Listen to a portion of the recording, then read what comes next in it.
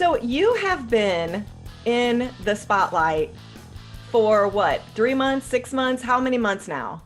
Too many, but I want to say about 5 or 6 months. So for all of our listeners, I'm sure that at some point that you have heard about Darrion Cockrell. You've probably seen something on him on YouTube or on Instagram or something that's come through the school district, especially if you live in Missouri. Darrion has been named the 2021, I can't even believe that, Missouri Teacher of the Year. But because he has such a unique background, he has really skyrocketed into the spotlight across the nation, I would say. And so, Darrion, tell me a little bit about your background, because if the listeners haven't already heard about your background, it is quite fascinating. So I was born and raised in the city of St. Louis, North St. Louis. For those of you who are from St. Louis, so it would be the area that's like Kings Highway, Del Mar, Situate End, kind of that area. The neighborhood where I grew up, a lot of gang violence, a lot of drug violence, especially in the late 80s and early 90s. And because of that, it really had a huge effect on my family. My mom, unfortunately, battled with drug addiction. I lost my father at the age of 4 because of the stuff that he was doing as far as selling drugs and things like that. And just growing up the way that I did, it was just tough because of my mom's addiction. She was not in a state of mind where she could take care of us. The state of Missouri realized that, and they took us, my siblings and I, away from my mother. Myself, my oldest brother, and my other brother were all taken away from my mom. So my older brother and I, we went into foster care. And then my next brother down, he went and stayed with my aunt in Arkansas. And then my other brother, he was in foster care with us as well. But we were in the foster care system, I want to say, for about a year and a half. And then after being in foster care for about a year and a half, I guess my grandmother, got her stuff together and figured out how to find us within the system. And then she became our legal guardian. So I lived with my grandmother from the age of 6.5 or 7 until I was 13. Now, between those years, it was definitely tough because you got to understand, like, my grandmother was living in an environment that lacked a huge amount of support, resources, and just any kind of opportunity for anyone living in that type of condition to better their lives. Like my grandmother, she worked at a cleaner's, but she had to walk, 2 miles to work because she didn't have a car. It didn't matter if it was raining and snowing or whatever. She had to walk to work to make, $6 an hour to try to support 5 kids, along with my cousins and everything else. And then my mom, who's in and out of my life, and then my uncle who moved in with us. So it was a lot of us, in a 2-bedroom house, or I guess flats. And it was just hard because, we didn't have anything. We had to share everything. There were days when I came home from school, we didn't have food. Our lights were off. We couldn't wash our clothes. We didn't have water. We had to open the stove just to have some heat in the house. I mean, it was just one of those situations as a kid where I realized that something needed to change. And it being like, I guess I figured I was like the father figure of the house because my oldest brother was out doing other stuff. I had to figure out things to get money on the table. So I resorted to the stuff that I was familiar with, the things that I seen every day in my neighborhood. So those were the drug dealers. Those were the gang bangers. Those were the people who were telling me, oh, Darrion, don't do this stuff. But as a kid, walking outside of my door, that's all I see. I see you doing this every day. I see that you have money, you have cars, you have jewelry, and all this stuff. And I wanted those things as well. So it's one thing for you to tell me not to do something, but I'm going to do as I see, not as you say. And I was put in a position where I felt like I was doing the best for my family at the time. Now, unfortunately, as a kid going through that, I didn't know that wasn't normal. I shouldn't have been doing that. But it wasn't until my grandmother put me in a DSEC program when I was going to school out in the suburbs, when I got to see like a different part of life. It's crazy, like looking back or thinking back, it's like I literally lived in a bubble where I thought everything was normal. That stuff that we were going through was okay. But once I started going to a suburban school and meeting other kids, other families, and just getting different kind of supports, I realized that wasn't normal, that wasn't okay, and something drastically needed to change. It wasn't until middle school for me until my life really started to change because I was still in the DSEC program, but I grew really close to my counselor. And my counselor, thank the Lord, knew my situation. She's seen a lot of me that I didn't see in myself, but she also knew that in order for me to be successful, I had to be out of that environment. Unbeknownst to her, the state had already had plans. So when I was in seventh grade, the state pretty much told my grandmother they were taking myself and my oldest brother. We were the oldest ones, and they wanted to take us away from my grandmother and put us in a military boot camp to make it easier on my grandmother. They figured they'd take the two oldest boys and leave the other two with my grandmother. But my counselor knew that I had a good foundation at Parker Central Middle School. I had a lot of good supports. And unfortunately for my brother, he was already kicked out of middle school because he was selling drugs. But my counselor did not want me to be taken out of the school district. So even though they took my brother to that military boot camp, my counselor and my principals, they went to court for me and got legal guardianship of me. And they were able to put me in a boys' home, which was a mile away from my middle school. So while I was in that boys' home, I was going, my counselor was picking me up every day, taking me to school, taking me back to that boys' home. But that boys' home was just huge for me because not only did it take me out of that environment, but it just provided me with so many more supports and just so many other people who came into my life to help me shed that hard shell that I created in the city. Growing up in the city, you had to be tough. I didn't really learn how to have empathy for others. It was all about me and my family and doing what we had to do to survive. And then, growing up the way that I did, I never had a respect or even a like, unfortunately, for white people, because all of my experiences with white people were all bad. Like the judges that I was around, through foster care and things like that, they were awful people to me. The families that I lived with in foster care molested me. They were awful. The police officers were all white. They were, bad influences in my life. It was just, I never had a good relationship with white people. But that changed once I got around white people who supported me, who loved me, who cared for me, and just changed my whole mindset. And when they changed my mindset, it allowed me to change how I looked at people, and it allowed me to open myself up to more things in my life. But that boys' home just allowed me to do a lot of that and just changed my whole mindset. And, luckily I was adopted out of that boys' home by my football coach. And I don't want to say the rest is history because I'm still, but it's been crazy though. So you were taken out of the home and put into foster care. Your brother was taken out of the home and put into military school. Did you ever get a chance to reconnect with either your brother or your grandmother? I've wondered that, hearing your story. How are those relationships now? So it's crazy. Sometimes I don't know what the state or what Division of Family Services are thinking. Their whole mindset was, we're going to take these kids out of this environment, put them in this military boot camp. But when that's over, we'll put them back in that same neighborhood.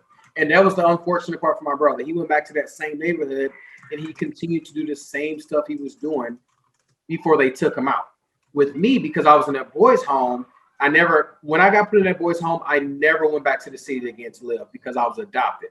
But I still kept a close relationship with my grandmother. Like my grandmother was my mom. She raised me. I still keep a good relationship with my brother. Unfortunately, I lost my grandmother back in 2012. But I'm right now as an adult, I'm trying to build a better relationship with my biological mom. We never had that mother-son relationship. I've never even called my biological mother mom before, oddly. I was just telling one of my coworkers that I'm 34 years old. I took my mother out to dinner for the first time in my life last weekend. Like, that's crazy. Like, I'm 34 years old. This is my mother. We've never even sat down and had dinner at a restaurant before.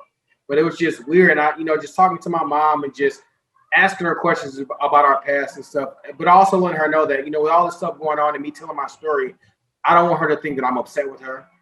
Things happen because they did. And I understand the power of addiction. I understand the lack of support and opportunities that we had.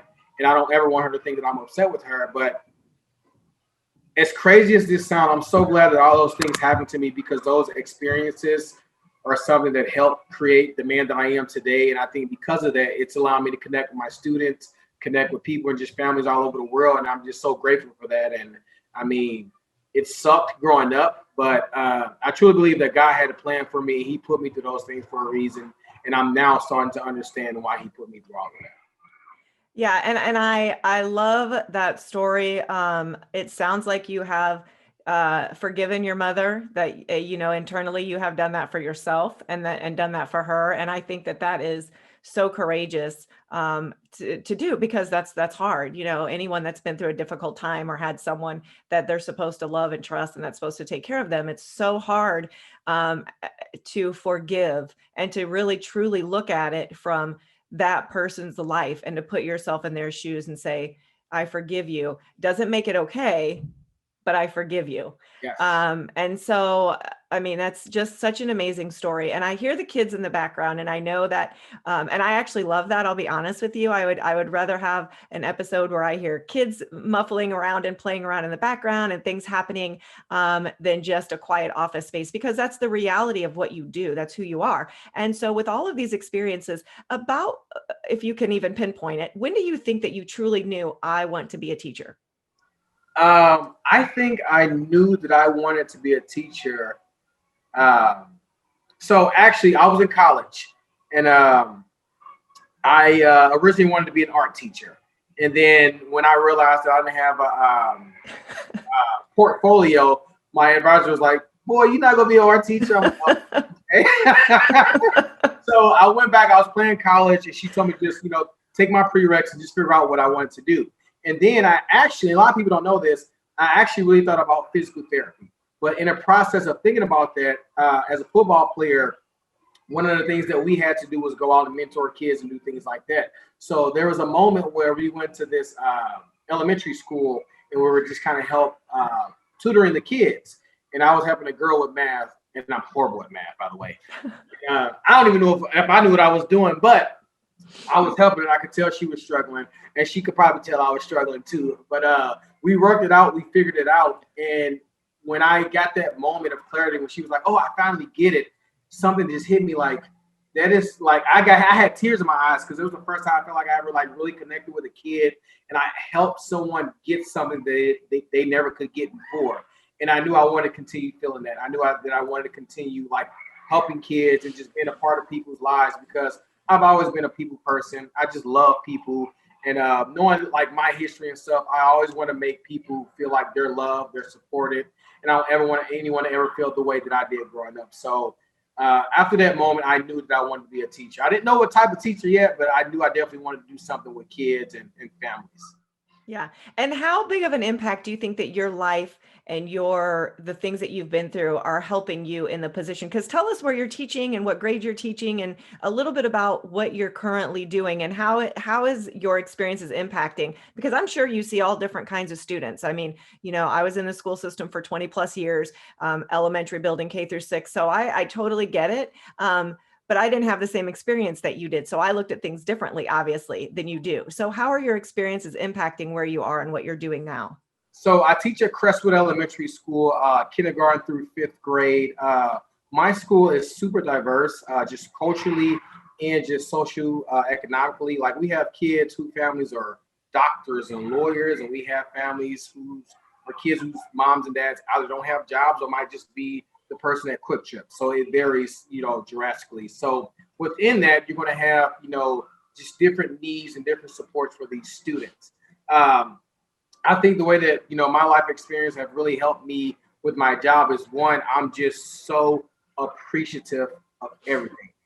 I didn't have anything growing up. And the fact that I even just have a job is just something huge, because growing up, a lot of my family members never had jobs. Like even to this day, a lot of my siblings and like my mom, they don't have jobs. That's something that's like foreign to them. So the fact that I have a job, and then it's something that I truly, truly love and am extremely passionate about. This is literally the only thing in life I've ever done that just comes natural. That's how I know I was going to do this. It is so natural. Yeah. Where I can just walk into this school and just teach these kids and just connect with these kids. Like I'm getting goosebumps. Yeah. Like I just absolutely love this job. And I think because I'm so appreciative of it, because I've never had anything growing up, I teach every day and I live every day like it's my last. And I do everything with just love and laughter, because I never had that growing up. I'm just so happy all the time. I think the kids just love that energy they get from me, that vibe that they get in my classroom, because they know that everything that I do in my class is about positivity. It's about love. It's about laughter. We sing, we dance. I try to take all their likes and incorporate it into my class. I try to figure out different things they don't like to make sure that I don't put it in my class or that I can help, change that mindset for them. Like, I think just my past experience have really just made me appreciate my job, appreciate these kids more, and just relate with them with different stuff that's going on with their life. Because there's some kids that don't have anything. And I think because I know how that feels, even though I'm not the richest man in the world, I would give my shirt to any of these kids. There's been Christmases, there's been different times where I knew that a kid needed something, I would just get it. And they don't even have to know it's from me. I'll just put it in their locker, I'll put it on their desk, or I'll give it to their parents, let them know that it's not from me. But it's just, I just always want to help and just support everyone. And I could never be a millionaire because I would be broke. I would get off. My wife wouldn't let me, but I would try to. She'd be like, nope, you're not giving all that money away. Exactly. I get that. So I want to ask you a question. So, you talked about being in an environment that's very diverse. You have students that have doctors and lawyers as families. So materialistically, money-wise, socioeconomic-wise, they're fine. But are you finding that even students that might on the outside appear that they have everything, and as yourself growing up, seeing white children with a lot of money, feeling like they were living the best life and they were happy, are you finding that a lot of those children too have internal needs that other people might not think about? And how are you helping with those kids as well? Absolutely. Going back to my experiences, in my speech, I said that I had the unique opportunity to live life on both ends of the spectrum. To dive in a little bit deeper with that, what I meant was I lived in a very impoverished neighborhood in the city. And then when I was adopted, my parents, white folks, I mean, they were pretty well off. They were pretty wealthy. My mom owned a country club. My dad was like one of the top auditors, in his firm. They had a lot of money, and it just opened me up to so many more things. But even with that, we still had issues in our family. They had issues with their other kids. So money doesn't solve everything. And I think one of the main things that I've noticed is that these kids a lot of times just want to be heard. They just want to be loved. They want to be supported. And I think a lot of times when these families are working so hard to have this stuff for their families, they sometimes forget about their kids. I don't want to say they forget about them, but I think the kids sometimes don't feel heard. They don't feel like they have a voice. And that's one thing I always try to incorporate in my class. I want every kid to feel like they have a voice in anything that we do in our classroom. And a lot of times I see a lot of teachers and just a lot of people like redirecting kids or cutting kids off when they're speaking out in class. But it started to dawn on me that sometimes that might be the only time that they feel like they're being heard.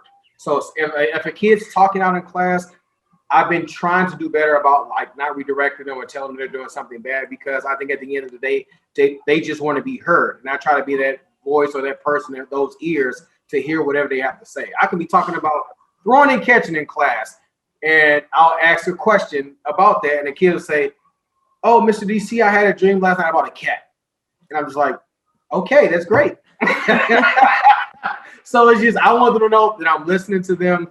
I'm hearing you, even though it might not have anything to do with what we're doing in class, but just that I am that ear for you if you need someone to just listen to you and just be there for you.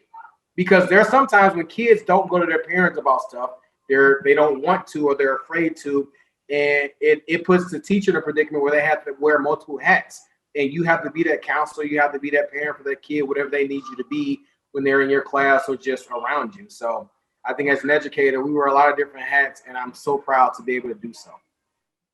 Well, and I think that, and most of our listeners will understand this, but I still want to bring up the point that a dynamic, phenomenal, high quality PE teacher in a building can really truly make or break a school sometimes, because you touch all of the kids. You Amen. don't just have your one class, you have all of the children. And so many children look forward to PE. They look forward to the release, especially if, it's cold out and they can't go outside and play, or, if maybe they haven't done something and they're not able to go to recess or whatever the case may be. But you are sometimes the security, the soft place to fall, the place where troubled students or struggling students may ask to go to see, hey, can I go see? I'm not sure what the term of endearment is for you. Mr. DC. Mr. DC. And I'm sure that happens quite a bit. And so, having a teacher of your standard and your, the high qualities that you bring into the school is just so important to a building. It's the overall building that you're important to. It's not just the PE curriculum. And so I need people to understand that you are bringing so much more to the building than just teaching PE. I totally agree with everything you say. And no, I truly believe that the PE teacher is the heartbeat of the school. It really is. And the cafeteria ladies, because they make great Yes, pizza. absolutely. And then, I mean, we're a family because I have a caffeinasium. It's a half gym, half Yeah. cafeteria. So we're one. You have a cafegimatorium.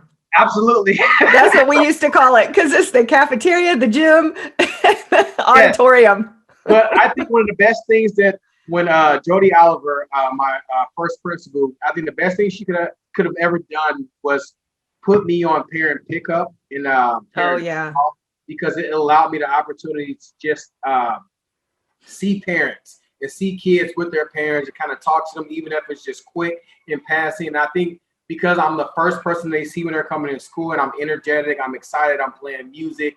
If they wake up and they're tired, but when they see me all excited and they hear my music, I think it just gets them ready to go for school. And I think it might just, change their whole mindset and just prepare them. And like, you know what? I didn't feel good going into school today, but crazy Mr. DC, I guess, I'm crazy with him today. Well, and we do that on purpose. Administrators do that on purpose. We put our most cheerful, positive, high energy folks out on arrival, especially because a lot of kids that show up, like you said, they're already having a bad morning, and you've just completely changed their day around. So I want to kind of switch gears a little bit, because aside from your background and your journey, all of those really unique, interesting things, you are just a great teacher.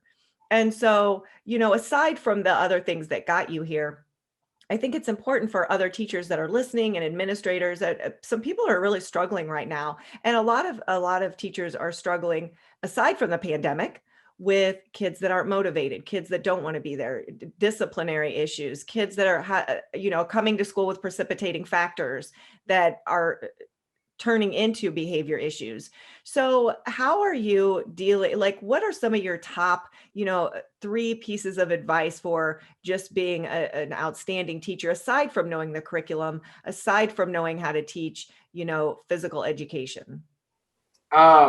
I think one is authenticity. I think these kids are smart enough to know when you are being genuine or not. And I think that's one thing that I had to learn coming in as a teacher, especially my first year, those first 6 months. I would say I was trying to be that teacher that my professor was educated me to be. You know what I mean? And I wasn't being authentic with myself. And I think my kids really seen that and knew that. And I was not getting a lot of kids to engage because they can tell that I wasn't being me. And I think once I kind of changed that and started just being myself, just happy, goofy self, and not being so serious all the time, it allowed my kids to kind of open up and buy into a lot of stuff that I was doing. So I would definitely say authenticity. I would say just make a connection with these kids. One thing I always tell people that even though I'm the Missouri Teacher of the Year, I am not the most knowledgeable and I am not the best in my content. Like my mentor, I can't think of her name right now, Mary Dreammeyer. She's amazing in everything PE. Like she is the best of the best.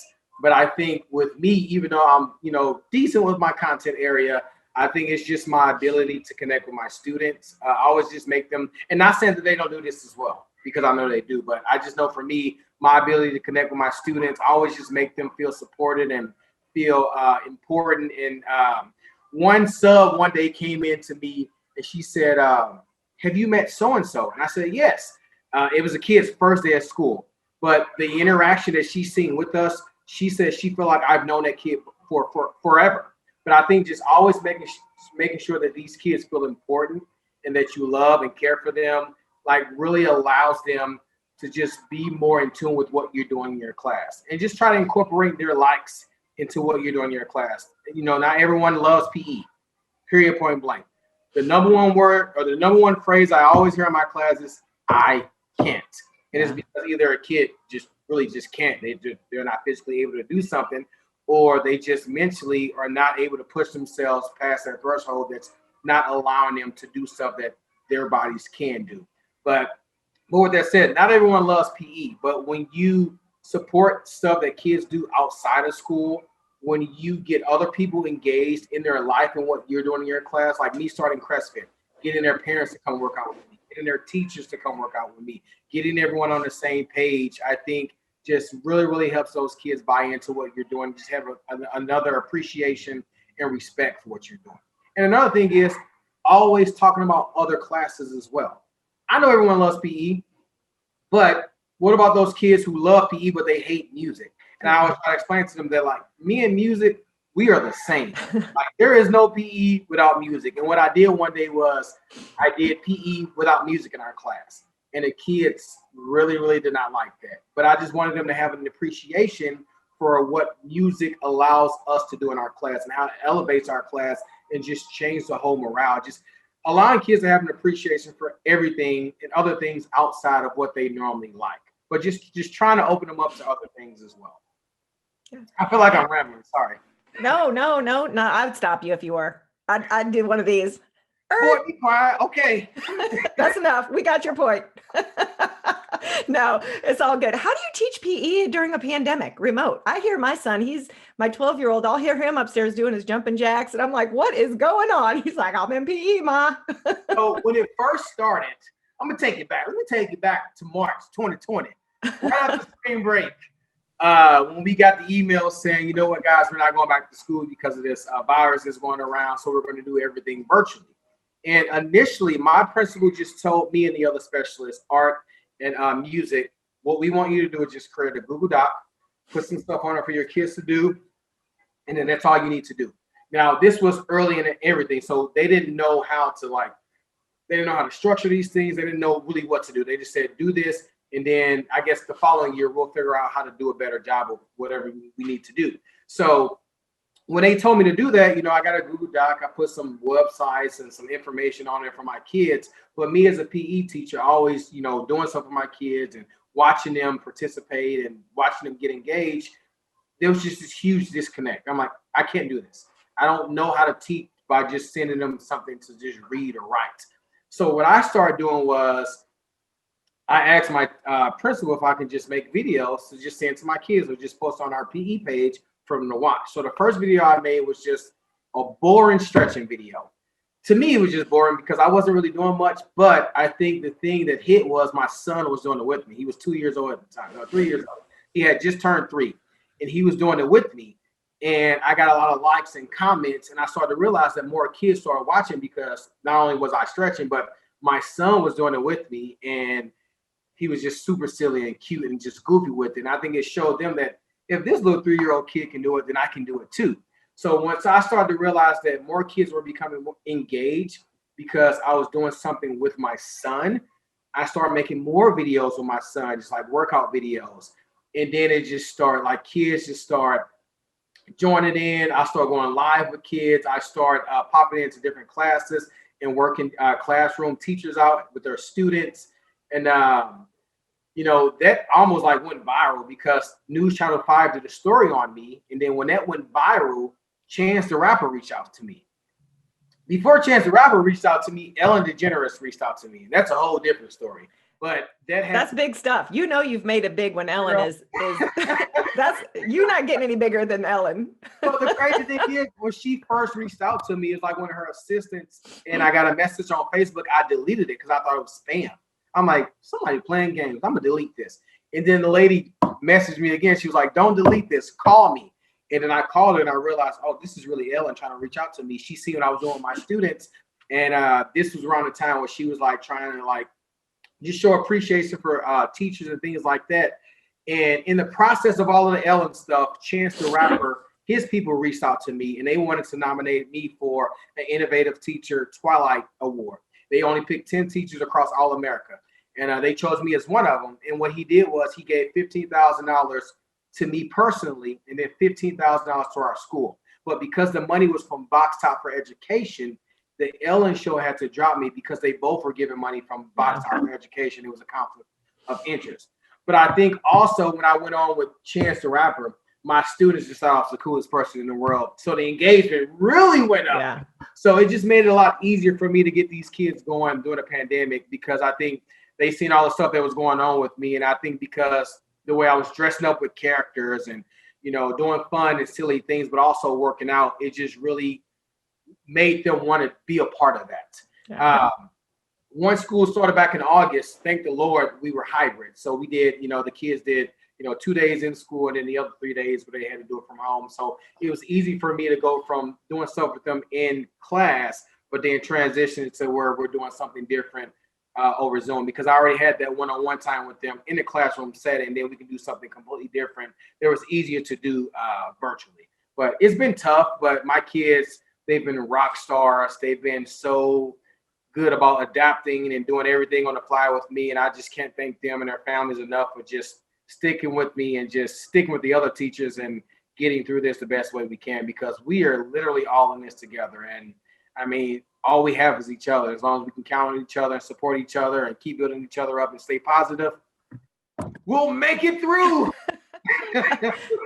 I hope so, because listen, I have 3 at home and they're all over the place, but it is important because especially during a pandemic, a lot of kids aren't getting exercise or not getting out. School sports are shut down. So it's really important that kids are still engaging in some form of physical, especially boys. I have 3 boys and they have to stay physical. They have to stay active, or they kind of go Looney Tunes a little bit.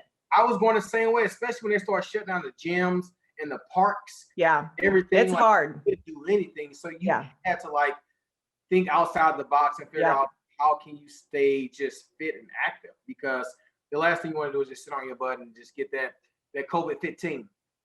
Well, we're going through that phase right now, so I'm hoping that it passes soon. But it's not good for anybody. But what I want to hit you up with one last question before we wrap up. How do you think, you've mentioned your son, you've mentioned your wife. How do you think all of this notoriety and background and all of this being in the forefront of your life now, how is that impacting your role, as probably your most important role, as a father and a husband?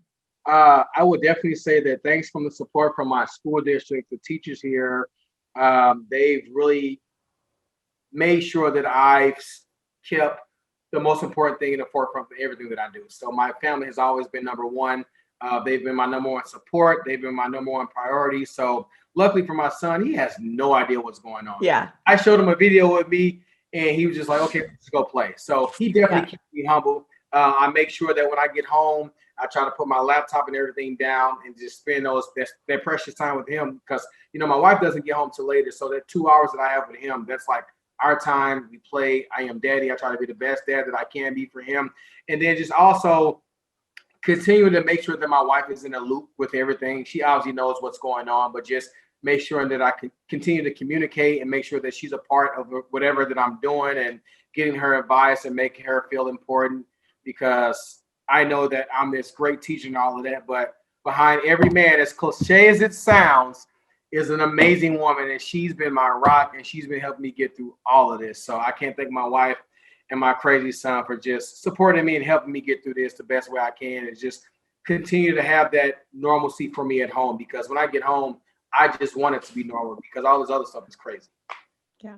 Well, Darrion, I cannot thank you enough. I know that you are at school, you're busy, you're probably being pulled in a million different directions. So thank you for spending a little bit of time with us on the Classroom Matters podcast this morning. Absolutely. It was my pleasure. I would love to come back again. I can't believe we were wrapping up this early. Am I that boring? What's going on? Well, I know you got kids probably. Yeah, I do. They we will have you back, though. We definitely will. We want to check in with you, see how you're doing. I know our listeners are just been jonesing for this episode. So now they can, kind of maybe leave me alone for a little bit since I've had you on. But we will definitely have you back. But just so grateful to what you're doing for and all the lives that you're touching in your world.